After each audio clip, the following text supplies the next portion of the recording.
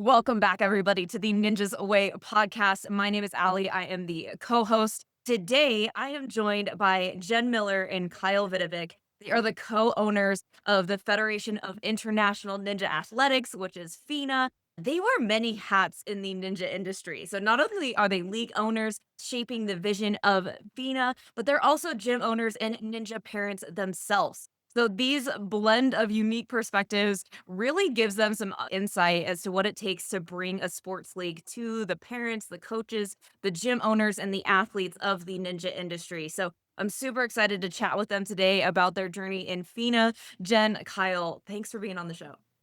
Thanks so much, Ellie, for having us. Yeah, Appreciate it. our Yeah. pleasure. What is FINA? How did it even get started? For those who don't know, can you guys give the listeners a little lay of the land as to what FINA is and how did it get started? Yeah. So Jen's been with FINA since the start. So maybe Jen, give the background of really how Patrick and Yeah, Roy got it going. sure. FINA was started by Pat and Roy. They were ninja parents. Pat was also a gym owner, and they had met frequently at competitions as both of their kids were elite ninjas. And at the time, they were traveling to what was then NNL and UNAA competitions. And they, through multiple conversations, got the idea that there was a third league that was needed in the US that sort of had a different approach to ninja competitions that really brought the sport back to its roots. So the ninja versus the course. So, really celebrating each ninja's individual achievement on the course itself and not just in relation to the other athletes at the competition. And so they got together, brainstormed up FINA with its, at that time, two distinct styles of courses, a speed and an endurance, so that no matter what your strength in ninja was, there was somewhere for you to shine. And they launched it in time for COVID to hit. And the first season was the 2019 to 2020 into there. So it managed to stick around, though, and has grown significantly. The introduction of Ninja versus Ninja came at the first finals. That was the idea of how to be able to solve who was the best of the speed and the best of endurance. Let's bring them together and have them race on the course to figure out who is the best. And that is what FINA has grown into. We still emphasize the ninja versus the course. It's one of the main pillars of what we stand for, that every ninja deserves a chance to conquer the course, to beat the course, and to be celebrated for their achievements and personal accomplishments on the course. So that's how FINA started, was two parents and a gym owner put together a league based on what athletes, families, and gyms were looking for in competitions. And the rest, as they say, is history. It's went from being a group of their friends' gyms hosting FINA to 3 different countries. We've just about, since season 4, which was the last season, Pat and Roy had FINA. We've almost doubled the number of gyms who have participated in FINA in just a couple of years here, and it's continuing to grow. We're continuing to get emails from gyms, family, athletes who just want another type of ninja competition, and we're happy to offer it to them. I love that it's filling this unique void that the two league maybe kind of created, right? There was something that was missing, which was this athlete versus the course kind of mentality. I think that you guys really bring that forward with your league. So tell me a little bit about how you two got introduced and now you guys Hmm. are new owners and what do you want to see continue in with that value of athlete versus the course as you guys take over feet as the new owners? Yeah, it would have been just after season 4. So the 22-23 season. My daughters, they compete. So we go up to Buffalo. We became decent friends with Patrick, who he's got his gym up in Buffalo, and we'd compete in FINA and the FINA finals. And it was time for Patrick and Roy to move on. Their kids were no longer competing in Ninja. They were looking for their next chapter. So they reached out to me and, was want to see, are you interested in acquiring FINA? Yeah. And it's kind of, I never thought about being a league owner. Yeah. I'm like, let me breathe a little bit here and think. So I said, all right, my wife and I, we're going to pray about it. We're going to see if that's the right step for us in our ninja journey. Okay. And along the way, talking with Patrick, I'm like, no, I own another business and I have a lot going on in life right now. This is very interesting, but I cannot run the day to day. Yeah. And he's, that's no problem because Jen's here. Yeah. So let me get you in touch with Jen because Jen runs the day to day. Yeah. And that's how Jen and I met. We talked about it where our values lined up really well. our vision of what we saw FINA becoming and Ninja in general lined up really well as also. I gave Jen some percentages to come on board to be an owner because her excitement is what we're looking for in FINA and in Ninja. We're partners in this together now. And yeah, there's no looking back now. And Jen, if I could just take a moment to brag on you because I've a lot of connections within the ninja industry, and we got to spend some time together a couple weekends ago at Ninja Connect, which was like one of these first ninja masterminds. And I had so many conversations with people about you and Oh, Vida, dear. no, all good things, all good things. About just like your personal touch that you bring to this and the care that you Thank you. and we had our friends from Kids First Sports Center, they were like, was the only person that gave me a personal phone call as to like my questions about the gym. We were doing the spotted certification with Justin Conway, and Justin was telling us this story about how like you wanted to know every athlete in the league, and you personally reached out to him to I don't know, he had an injury or something, and, he was trying to qualify for FINA, and so you personally reached out to him and was like, "Hey, there's X amount of athletes, and I think you could get in even though you're injured." So just your ability to create personal connections, to act on these small little pieces of information that are seemingly insignificant, but you take them and make them significant, and I think that this is part of your magic sauce to what you bring to FINA, and so I'd love to just praises to you for doing that because I think people really need that and this personal touch in the industry, and you guys make it feel like people actually care that you're there and your gym's a part of it, and I think that's really important to the ninja industry. If you could just maybe speak to your perspective or your value as to, like, why do you care about these little personal interactions so much? Because relationships and people is the business that we're in. I really I believe that making the relationships with the gyms and the families, that's the high point of what I do. I love these families. I know them. The people who email me regularly, they're usually like, "I'm so sorry to bug you." And I'm like, "Please bug me. Like, I'm here to be able to help you and answer your questions." Our world can be seemingly very big and busy and out of touch sometimes. And we want people to know that to us, our athletes are not numbers. Yes, you have a Ninja Works ID for FINA, but you are more than just your number. I usually know what your home gym is and where you're competing and how you've been doing on the season. And if things aren't looking great, or if I hear that there's been some sort of injury, I do want to reach out and find out how you're doing. How are you? This this sport is a lot more than just a sport to us. I've been a stay-at-home mom for a long time now. My background's in teaching, and I've always been really big and keen on making those relationships with, at the time, students or kids that I worked with. And I've brought that into Ninja. Ultimately, what we're going to remember at the end of the day is how we were treated and how someone made us feel. And if I can bring a little bit of happiness or brightness or that special feeling into an athlete's life on this journey, then all the better. That would be just the joy of my life to be able to do that. I love this sport and what it does for kids and athletes and adults, but ultimately I want people to know that they were seen and that they were important and that they were really truly cared for on this sport journey. Yeah. And like I said, just by osmosis and the conversations that I've had with people, that is the feeling that they get. So I think you're absolutely Thank you. accomplishing that. I'm And so happy to hear that. Thank you. absolutely. From the gym owner perspective, what are the benefits of being a FINA partner gym and why should they choose FINA over other leagues? I would say one thing that Jen and I we feel we do well is that personal connection with the gyms. We hear it all the time, but we hand out our phone numbers to gym owners, to parents, and they say, just give us a call. We'll answer.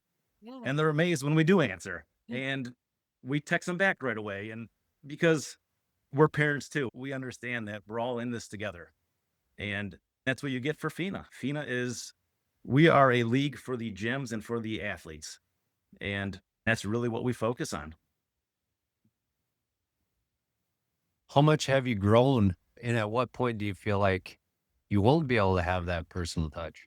Problem of scaling. I don't ever see that personal touch changing. For me personally, I'm lucky enough. We do UNAA, WNL, FINA. We do NSC. With my girls, we travel as many gyms as we can throughout the year. and we try to talk to as many people. And you get a lot of good relationships with the parents, the gym owners, and they don't have to host FINA. It's okay. There are other leagues out there that are great leagues. And it doesn't mean that we don't appreciate the gyms that are still hosting all those other leagues. I'll always be out there.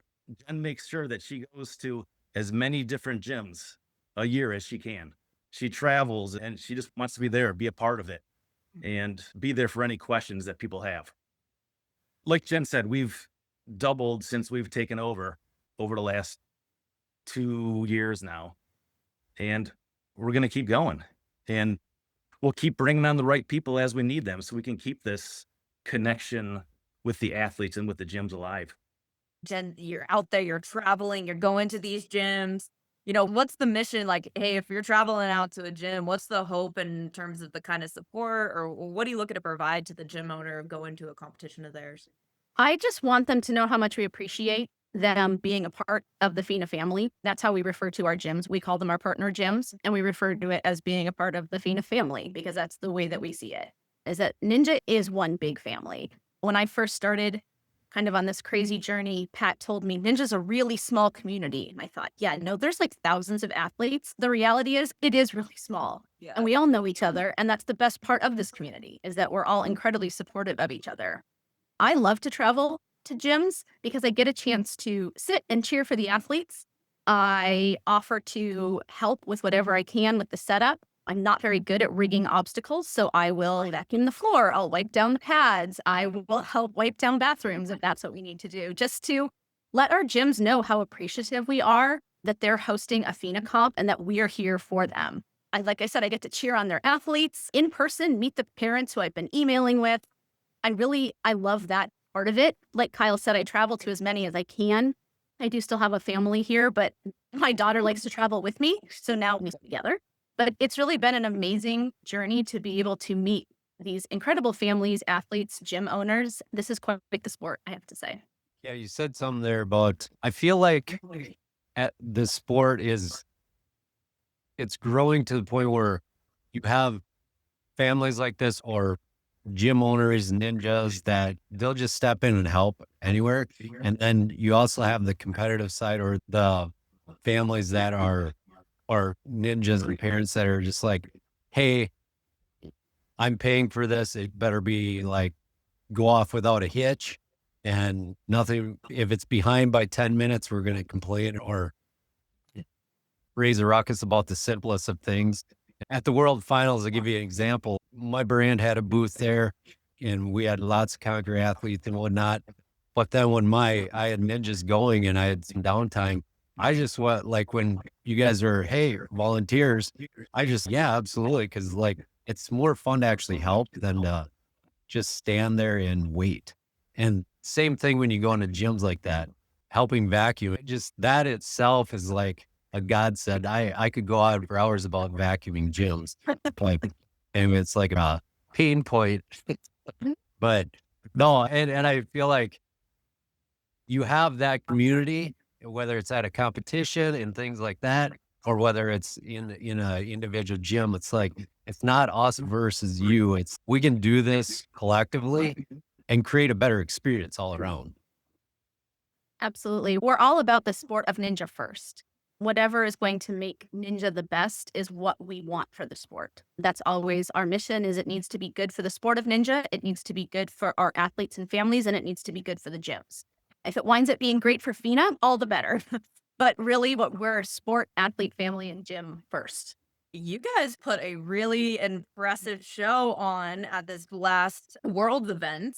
You guys had a really professional courses, lots of volunteer help. It was ran smoothly. Most of it was on time. I just heard a ton of really good feedback. And you guys are standing shoulder to shoulder with another league that's been doing it for a couple of years additional on top of that. So it was very cool to see you guys come out and put on such a very polished product and provide something really cool here at this last World event. And coming off of World, obviously we're a couple of months removed, but did you guys have any thoughts on this prior season as to how it went and what were the highlights for you guys? Finals was it was a lot. We took a leap of faith. That's where Ninja wanted us to be, and we learned some things, the things we need to do better. But we're very fortunate to have great people, great supporters that were able to come alongside with us, just help us every step of the way. DGS supplied all of our obstacles, our mat-in. They're just such an amazing company to work with. John, the owner, worked every single day with us, Yeah. moving things Jones around. is a Yeah, machine. Yeah. Like, And then obviously Jack, everyone knows Jack from DGS, and he's there setting obstacles up. He's helping design things. It was an amazing event, and I know this next year is going to be even better now that we know we've got our feet wet on a big event. Sure. I know Jen, I'm sure Jen has some stuff to say about that. I think we did pretty well. We're always wanting to improve. One of our mission statements is about continuous improvement, and there are certainly areas I think that we could improve that we're already working on. But given that we've had the league for less than 2 years, October would be 2 years. I think we did a pretty good job with finals. Like we listened to what people wanted out of finals and did our best to deliver it in a way that worked for the sport, the families, and the gyms as best we could. Pretty happy with how it went, and I am incredibly grateful for the support that we've been shown from the community, our gyms, our families.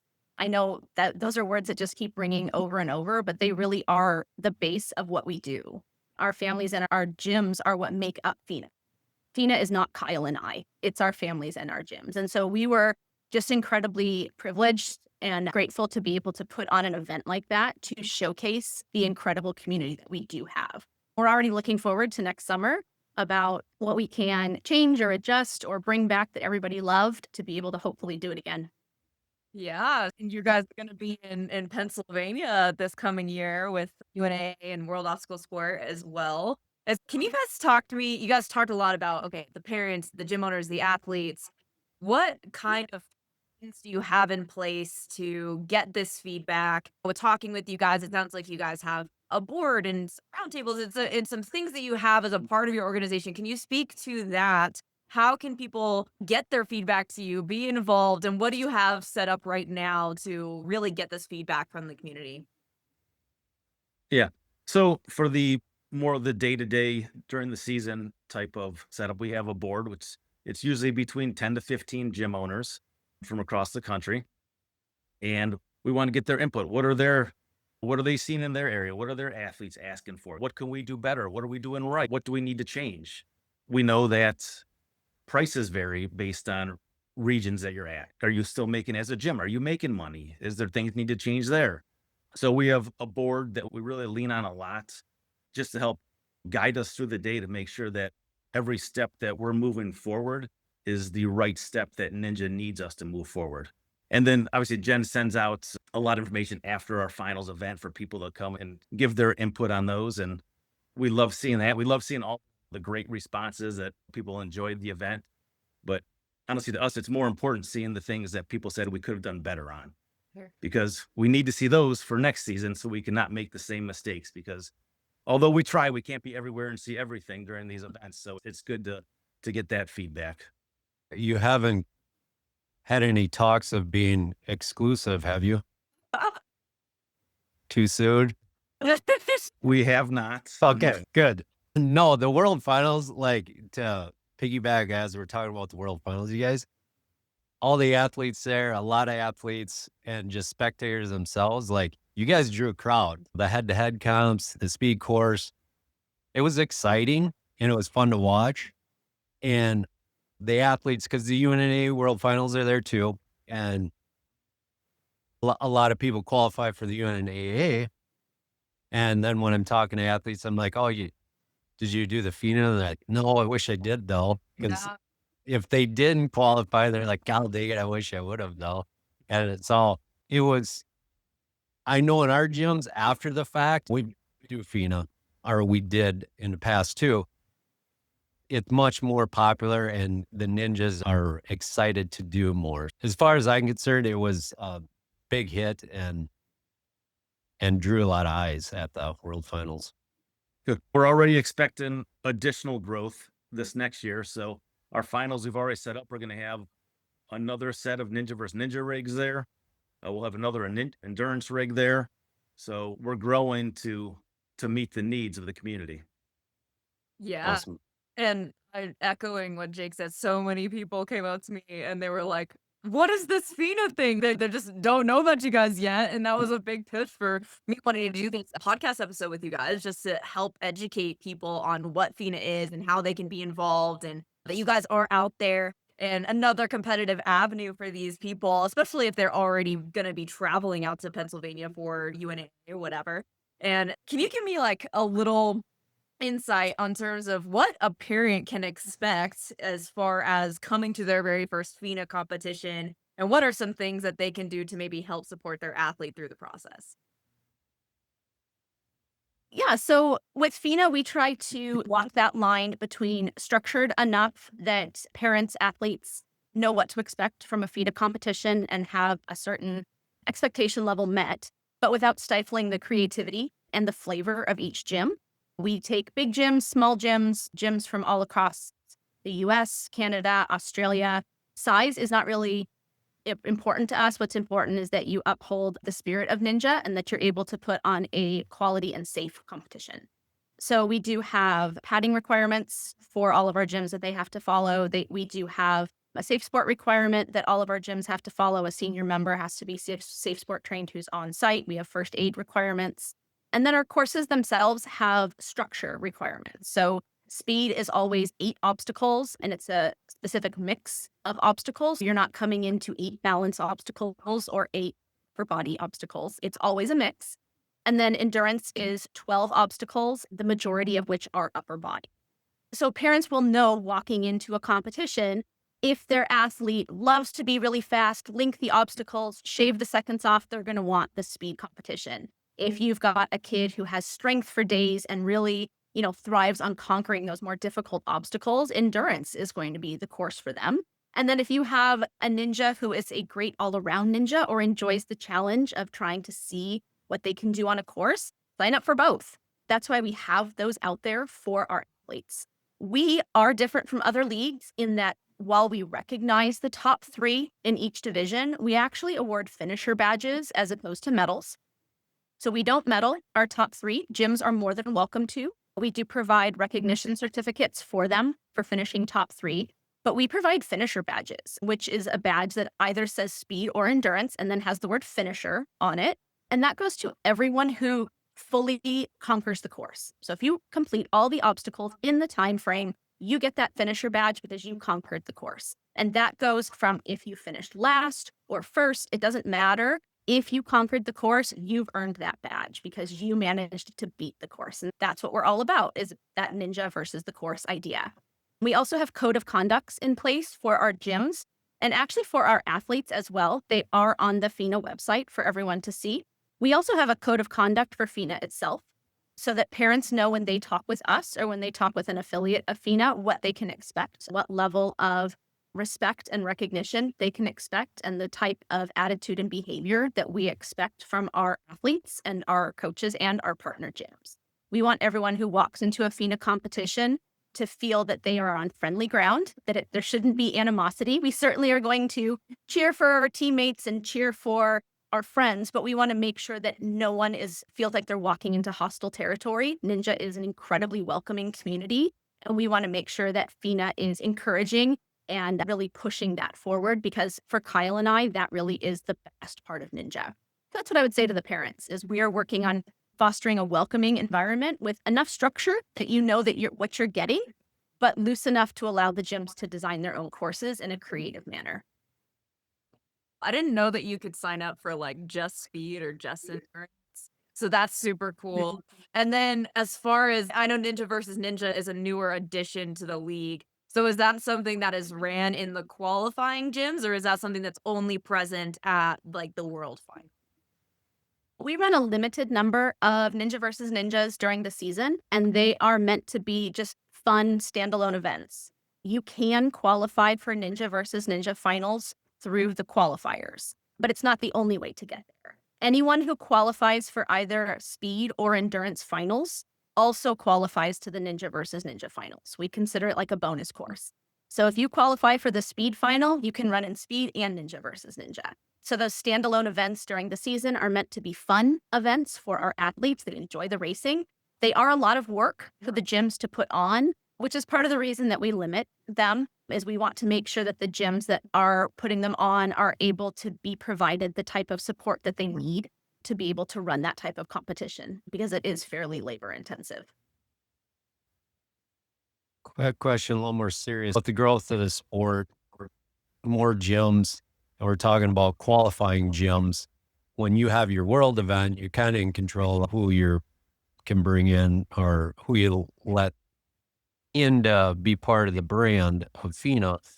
When it comes to the gyms, this has come up on some parent groups and pages as well, is the actual like background checks, or have you guys talked about this at all in regards to having that somewhat part of qualifying gym to have? I don't think it really has in other leagues yet, but I'm just wondering if you guys are thinking about this with the progression of the sport and just the safety of kids and families, and knowing there are some boundaries there for, hey, you got to have background checks for your staff or anybody doing the comp, something like that. I'll speak to that since I'm the one who organizes those types of things. That is definitely on our radar. And those are things that we've talked about in the advisory board. Kyle and I have talked about it repeatedly. Ultimately, it goes back to when we inherited FINA, it was not set up really well for the size that it had grown to. So it's taken a lot of work for us to put in place the infrastructure to be able to even run it at the capacity that it's at right now. So we're on a 2-year cycle where we introduce a lot of changes and then give a year for them to shake out a little bit with minor changes. And then we introduce a lot. We can't come in and change absolutely everything overnight. It's just not possible. We worked really hard to introduce as much as we possibly can.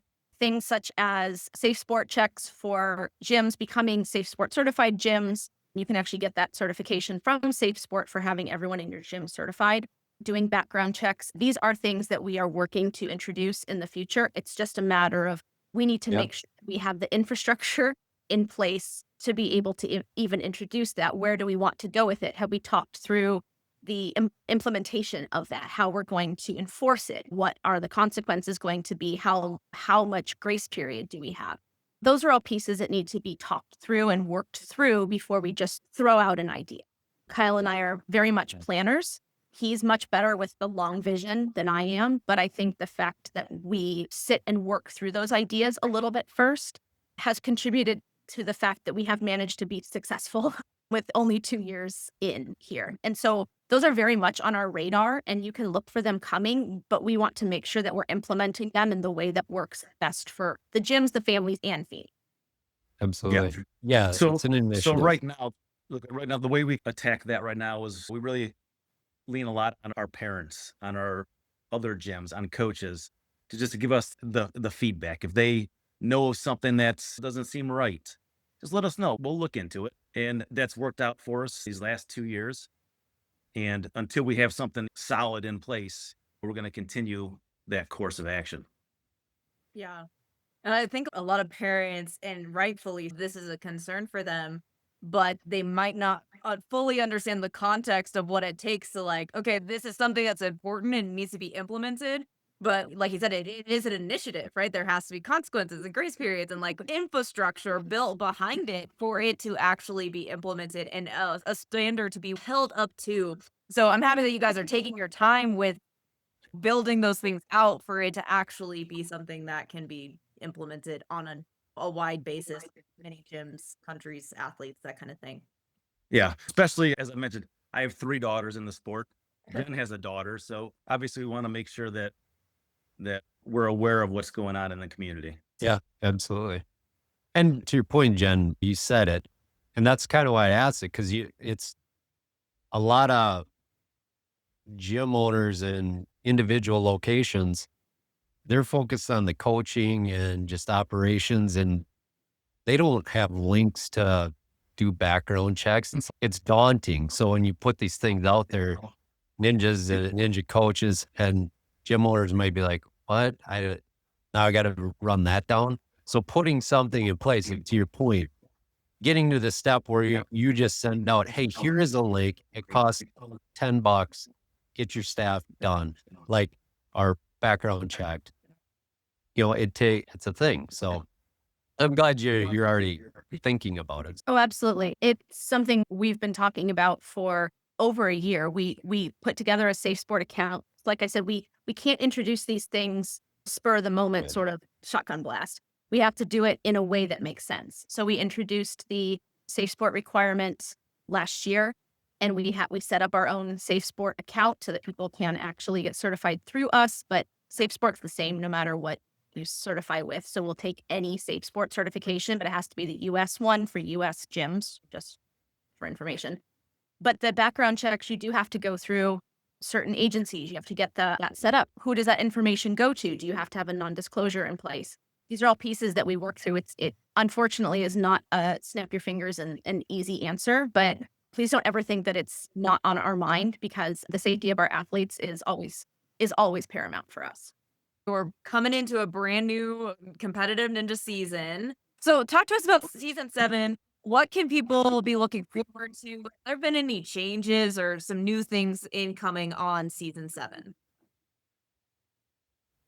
We have more gyms, so we're going to have some East Coast gyms finally. So we're excited about that. We're bringing our world finals to the East Coast in Harrisburg, Pennsylvania. I know Jen and I are excited to be able to drive to a finals, so that'll be fun. We have some minor changes coming this year. As I said earlier, we're doing a 2-year cycle. We introduce a lot of changes and then have a year with some minimal changes and let those shake out. And then we introduce newer changes again. So this is our 2nd year. The changes that we have are more minimal this year. We do still have the Ninja versus Ninja. And this year, the top 4 in each division will automatically qualify up to the Ninja versus Ninja finals, as opposed to just the first one. When it comes to taking the top 3, so to qualify for sectionals, you have to either fully clear a course, earn a certain number of obstacle points on the season, or finish top 3 in your division. And beginning this year, we will be bumping down over previously qualified athletes for those top 3 positions. So these are based on feedback that we got from gyms and families from this last year of some minor changes that we can make. There's a few rule cleanups just in terms of like endurance courses and replays and errant buzzer presses and things like that we cleaned up in the rule set. But with this being the 2nd year, there's minor changes this year, but finals is going to be big. We're planning for it to be big, and we're only pushing forward. We're not going to back down. So we're not going back to something smaller and less. We're going to keep it going bigger and better. So. Love it. Hey, quick question, but what do you use for scoring? We use NinjaWorks, the NinjaWorks platform for our scoring. Talking about season 7, it's going to be bigger, it's going to be badder, it's going to be on the East Coast this year. And so you guys are also, as the ninja community, I think as a whole, is rather collaborative, right? So can you talk about how you guys have come alongside other leagues to bring together like a full ninja experience, whether it just being a one-off league? You guys are going to be there with multiple organizations this year. Yeah. So we regularly have meetings with WNL ownership, NSC ownership, UNAA ownership, and Jen's constantly talking with USA Ninja. So we're always trying to work together and try to see how we could all have our own areas, so we're not stepping on each other's toes too much, but still have the best product out there for the ninja community. How is that received? We've had nothing but good conversations really with everyone. I'd like to think, I think Kyle and I are people that tend to get along well with other people. Our conversations have always been very friendly, very cordial, very open, and a nice dialogue going on. The reason Pat and Roy originally decided to partner with UNAA for finals was to provide a better opportunity for families to pay once and compete twice. Yeah. Ninja's an expensive sport. Traveling to finals is thousands of dollars. So if you're going to pay thousands of dollars for travel, why not have the opportunity to compete in more than one final? That was the original idea there.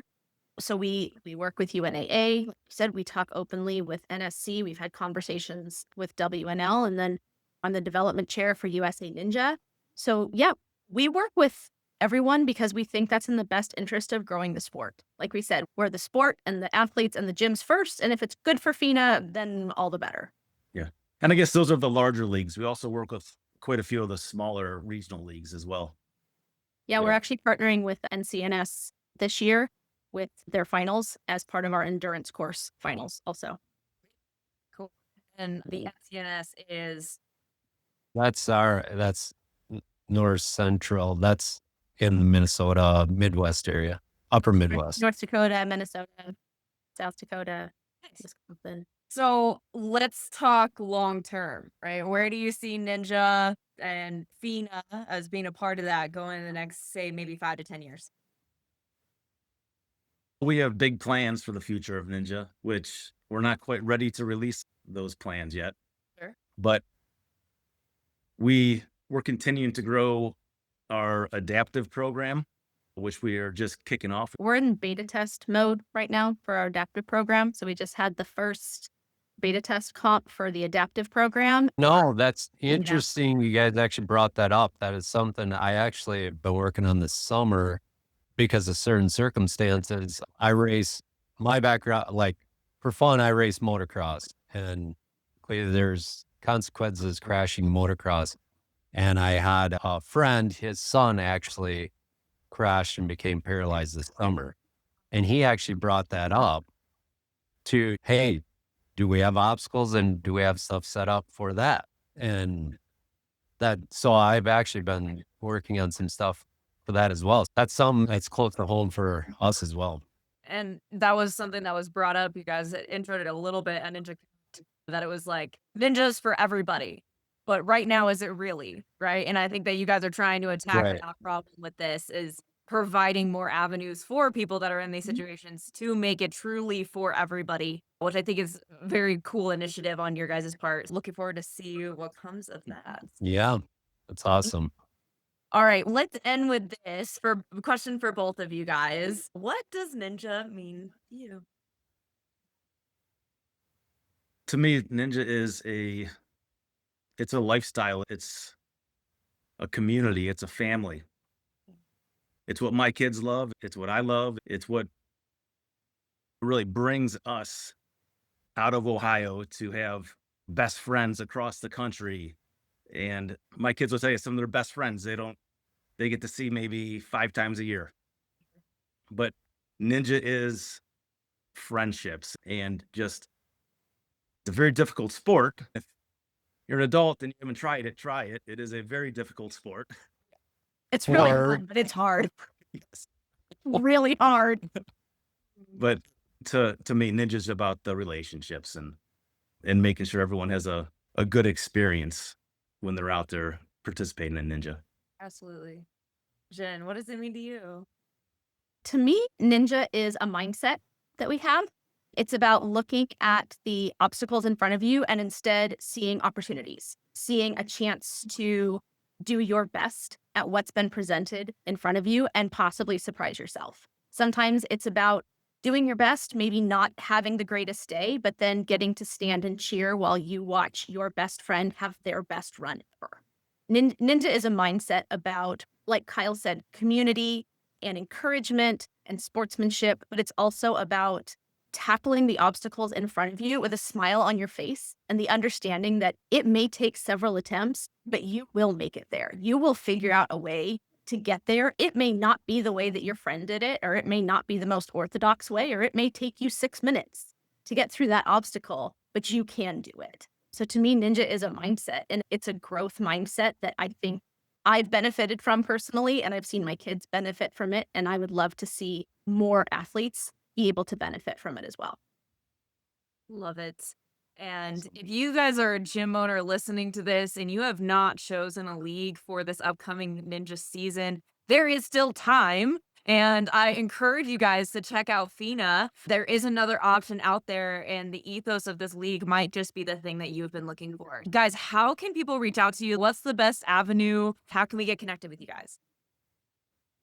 Yeah, website FINA.ninja. Go to email info@FINA.ninja.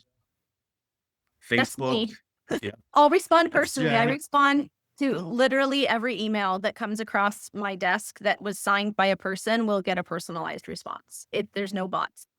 I promise. I'm actually answering every email. But yeah, info@fina.ninja. Yeah. If you have our phone numbers, call us. Molly, If you don't, email us. We'll call you back. I'm We're actually on gonna, call for every yeah. competition that we run. Gym owners can call me. I send them my cell phone number. They can call me, and I offer day of assistance for all of the comps that we run. I love Yeah, because we want to be able to make it a personalized experience. So we do. We share our phone numbers. We share our emails. We want to For be as sure. accessible as possible.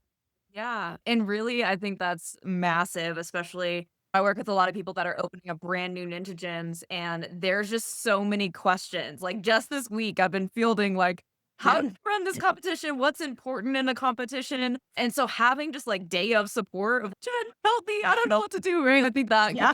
massive for a brand new ninja gym who's never done this before. And it might be a really good fit if this is the first time you've ever run a ninja competition. You're gonna get the personalized support. You're gonna get a league that has the ethos that keeps the gym owners, the athletes, the parents in mind. So thank you guys so much for coming on and just sharing with us today. If you guys want to be a FINA gym, I will link in their information in this post so you guys can check that out. Thank you so much for Yep. having us Thank you on. guys. Thank you.